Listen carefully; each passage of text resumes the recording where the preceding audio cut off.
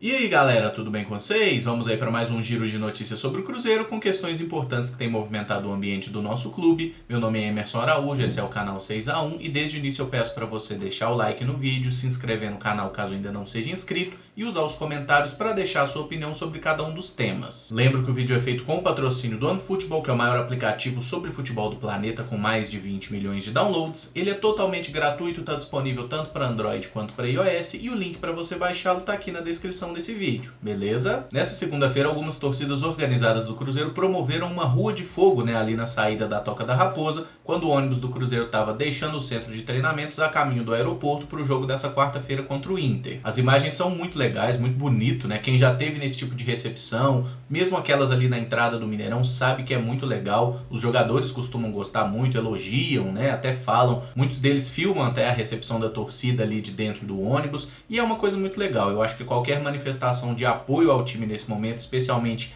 tendo em vista um jogo tão importante, é super positivo e acho que o pessoal mandou muito bem em organizar isso. O Cruzeiro já está em Porto Alegre, chegou na noite de segunda-feira, já treinou nessa terça. O Dedé não trabalhou com o grupo, segundo o Samuel Venâncio da Itatiaia, ficou no hotel fazendo trabalho de fisioterapia, mas acredito que o Dedé vai para o jogo normalmente, é mais uma questão de precaução mesmo, e ele é um cara que tem uma condição física um pouco diferenciada, a gente sabe, O Dedé ficou 3 anos praticamente sem jogar, é um cara que requer cuidados especiais, mas creio que ele não será problema, o Mito vai jogar. Fazendo uma análise da provável escalação do Inter para esse jogo contra o Cruzeiro, a gente vê que o Colorado vive uma situação que nós cruzeirenses conhecemos muito bem, que é uma base de elenco envelhecida, Pra gente analisar, apenas 2 prováveis titulares do Inter nesse jogo ainda não chegaram aos 30 anos. Considerando, por exemplo, o time do Inter que jogou contra o Flamengo aí, jogo decisivo de Libertadores na semana passada. O Lomba tem 32 anos, o Moledo 31, Cuesta 30, o Bruno 34, o Endel 31, Lindoso 30, aí vem Edenilson com 29 e Patrick com 25, que são os 2 jogadores abaixo desses 30. O D'Alessandro tem 38, o Sobis 34 e o Guerreiro 35 anos. Se o Odair Hellmann optar pela entrada do Nico Lopes na vaga do Rafael Sobis, aí baixa um pouco a média, porque o Nico tem 25. O Cruzeiro não vive uma realidade muito diferente disso, até pela provável volta do Edilson à condição de titular, porque o Orejuela está na seleção. Edilson tem 33 anos, o Orejuela 24, então isso sobe a nossa média. E apenas o Dodô com 27 anos, o David com 23 e o Pedro Rocha com 24 anos são aí prováveis titulares do Cruzeiro para esse jogo contra o Inter, que também não chegaram à casa dos 30 anos. O que isso significa? Eu imagino que a gente vai ter um jogo muito truncado, um jogo muito complicado, mas não vai ser um jogo muito corrido, porque nenhum dos 2 times tem muito claramente essa característica de intensidade. É claro, o Inter tem um combate muito forte, especialmente com os 2 volantes, Patrick, Edenilson e o próprio Lindoso, que também está jogando muita bola, é de momento aí o grande forte do Internacional, e o Cruzeiro tem uma certa dificuldade nesse setor de meio campo, até por isso eu não me espantaria de ver um jogador um pouco mais jovem jogando como segundo volante na vaga do Robinho. Mas o Cruzeiro tem uma condição de imprimir velocidade pelos lados do campo, que é uma situação que o Inter já não tem aí tanta facilidade assim. Por exemplo, o Endel e Bruno são laterais mais velhos e não são jogadores de muita velocidade. Talvez o Cruzeiro espetando um Pedro Rocha, o próprio David e até o Marquinhos Gabriel pelos lados, pode ser uma situação em que a gente leve vantagem. A expectativa é de que seja de fato um grande jogo, impossível traçar muitos prognósticos, e eu já convido vocês a deixar aí nos comentários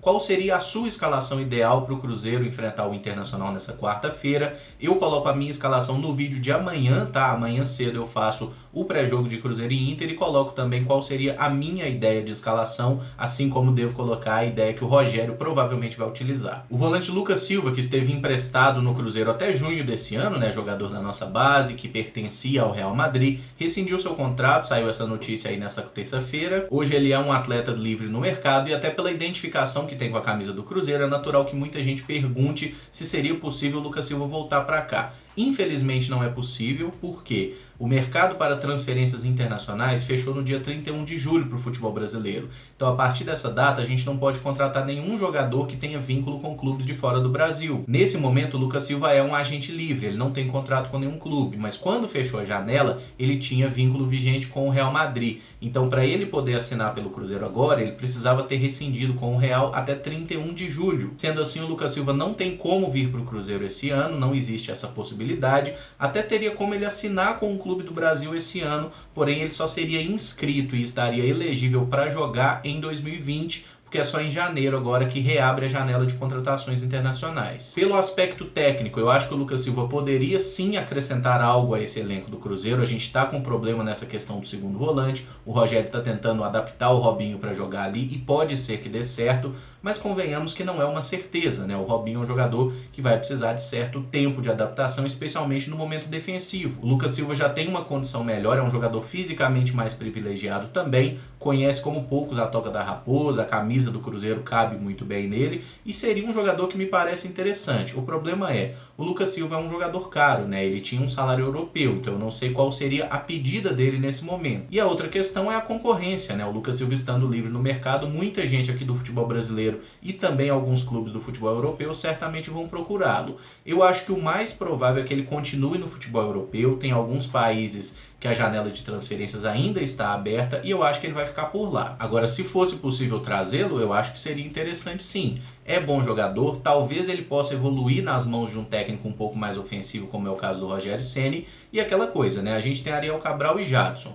Quem é melhor, Ariel, Jadson ou Lucas Silva? É lógico que o Lucas Silva é melhor. Caso ele não assine com ninguém, se tiver de bobeira aí mais pro final do ano, eu acho que valeria a pena o Cruzeiro fazer uma sondagem e, se for o caso, assinar com ele para jogar em 2020. Lucas Silva completou 26 anos nessa temporada, ainda é um jogador muito novo, tem muita lenha para queimar e acredito que ele ainda pode fazer muita coisa na carreira. Para quem não viu, nosso ex-treinador Mano Menezes foi oficializado lá no Palmeiras como novo treinador deles para substituir o Filipão que tinha sido mandado embora, e isso nem é a questão relevante, eu não gostaria de abrir essa discussão, o Mano que se vire para lá, não tô nem aí para ele nem pro Palmeiras. Mas chama a atenção o grande número de profissionais que atuaram no Cruzeiro e que estão hoje no Palmeiras, né? Não só jogadores, até gente fora do campo, e o próprio goleiro Marcos, né, que é um ídolo histórico do Palmeiras, pentacampeão mundial em 2002, ele deu uma declaração assim no Twitter, parece, deu uma cornetada, falando que o Palmeiras estava se transformando numa espécie de filial do Cruzeiro em São Paulo. Vamos lá, lembrar de cabeça aqui jogadores do Palmeiras que passaram pelo Cruzeiro. Edu Dracena, Mike, Diogo Barbosa,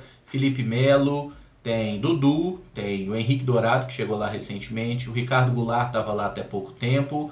Tem mais algum aí que certamente eu esqueci, além do Mano Menezes agora, do Alexandre Matos e do próprio Filipão que saiu recentemente. Lembrei de mais dois, Ramírez e William Bigode, né? Também ex-atletas do Cruzeiro que estão lá no Palmeiras hoje. É uma questão normal, sabe? Tipo assim, o Palmeiras tem mais grana, então é natural que eles consigam contratar alguns jogadores nossos e muitas vezes alguns jogadores que o Cruzeiro gostaria de ter, o Palmeiras consegue ganhar a concorrência porque tem mais dinheiro. Mas não tem como negar que é muito engraçado ver essa situação se repetindo ano após ano, né? Toda temporada o Palmeiras leva alguém do Cruzeiro ou contrata algum jogador nosso, um técnico, um dirigente, e ano após ano, quando os times se enfrentam em mata-mata, é o Cruzeiro que ganha. Afinal, nas duas últimas temporadas de Copa do Brasil foi assim, o Cruzeiro eliminou o Palmeiras. Esse ano a gente poderia eliminar a terceira vez, mas eles preferiram não, né? Caíram pro Inter já nas quartas. E para fechar, saiu uma notícia nessa segunda-feira de que o goleiro Fábio seria um dos pré-candidatos à Prefeitura de Belo Horizonte em 2020. Na verdade, ele seria candidato a vice-prefeito em uma chapa do partido Solidariedade. Nessa terça-feira, o Fábio já veio a público desmentir qualquer hipótese e falou que não tem interesse em entrar na política, que essa história não tem nada de verdadeiro. E aí o que eu gostaria de questionar sobre tudo isso é, tem matéria no Super Esportes de ontem, pouco depois dessa notícia da possibilidade do Fábio ingressar na carreira política, tem lá uma notícia do Alexandre Calil repercutindo isso e desejando boa sorte ao Fábio. Alexandre Calil, para quem não associou o nome à pessoa, ex-presidente do Atlético Mineiro e atualmente prefeito de Belo Horizonte, deve concorrer à reeleição aí em 2020. O que me chama a atenção é que antes das pessoas procurarem o Fábio para perguntar se era verdade ou se era mentira, as pessoas procuraram um prefeito, né, o atual prefeito da cidade, para comentar o caso e trataram tudo como verdade. E isso mostra muito sobre a qualidade do jornalismo que é feito no Brasil hoje, especialmente em Minas Gerais. Antes mesmo dos caras apurarem minimamente a informação, ela já estava publicada e até repercutida. Sobre o fato em si, eu fico feliz que o Fábio prefira se manter afastado disso. Acho que para um atleta que está na ativa é bom evitar esse tipo de manifestação política, especialmente com os ânimos tão acirrados como a gente vê nos últimos anos. E aí tem um detalhe que parece que tem muita gente meio afim de aposentar o Fábio, sendo que o próprio Fábio não tem falado constantemente sobre aposentadoria. Eu sei, em 2020 ele vai completar 40 anos, que é uma idade considerada meio que uma idade limite para jogadores de futebol profissional, né? A maioria para antes disso. Mas existem algumas exceções e o Fábio nesse momento me parece ser um cara que está desfrutando a carreira, tá gostando de jogar futebol, tá jogando num bom nível. E se o cara tá feliz jogando, se o clube tá feliz com o desempenho dele, ele não é obrigado a parar. Não tem nenhuma regra que diga que ele tem que parar porque tem 40 anos. Se ele tá catando bem, vamos embora. Da mesma forma que se ele estiver catando mal, ele vai perder a posição de titular. Até porque vale ressaltar, né? O Rafael também é um ótimo goleiro e tá aí esperando a oportunidade. Então, no fim das contas, eu acho que é um pouco exagerada essa questão de que o Fábio vai parar. Eu, sinceramente, acho difícil que ele pare ano que vem. Acho que até 2021, no centenário, ele deve ser atleta do Cruzeiro. E não chega a ser nenhum absurdo cogitar que o Fábio chegue a 1000 jogos com a camisa do Cruzeiro. Hoje ele tem aproximadamente 850, falta muita coisa, mas quem sabe o que pode acontecer daqui pra frente. O Fábio de 4 anos atrás, por exemplo, eu acho que ele era um goleiro pior do que o Fábio de hoje. E é até estranho falar isso, né? Mas aquela lesão que ele teve no joelho em 2016 realmente foi um male que veio pro bem. Porque desde aquela lesão ele voltou à melhor condição física, tá catando muito bem, sendo decisivo. E acho que enquanto o Fábio estiver bem, não é a gente que vai aposentar ele. É o jogador que vai tomar essa decisão no momento que ele achar conveniente. No último domingo a gente viu que o Fábio ainda está decidindo em nosso favor. Foi isso que aconteceu com aquela bela defesa de pênalti contra o Vasco. E vamos torcer para que nessa quarta-feira contra o Inter ele consiga repetir a dose e mais uma vez ser o diferencial para o Cruzeiro aí numa classificação a outra final de Copa do Brasil. Bom, galera, o vídeo fica por aqui. Se gostou, deixa o like, se inscreve no canal caso ainda não seja inscrito e usa os comentários para deixar a sua opinião sobre cada um dos temas que abordamos. Só lembrando, tá? Amanhã de manhã, provavelmente às 9, entra o pré-jogo de Cruzeiro e Inter, esse jogo decisivo de Copa do Brasil. Beleza? Muito obrigado por acompanhar, um abraço e até o próximo vídeo. Valeu!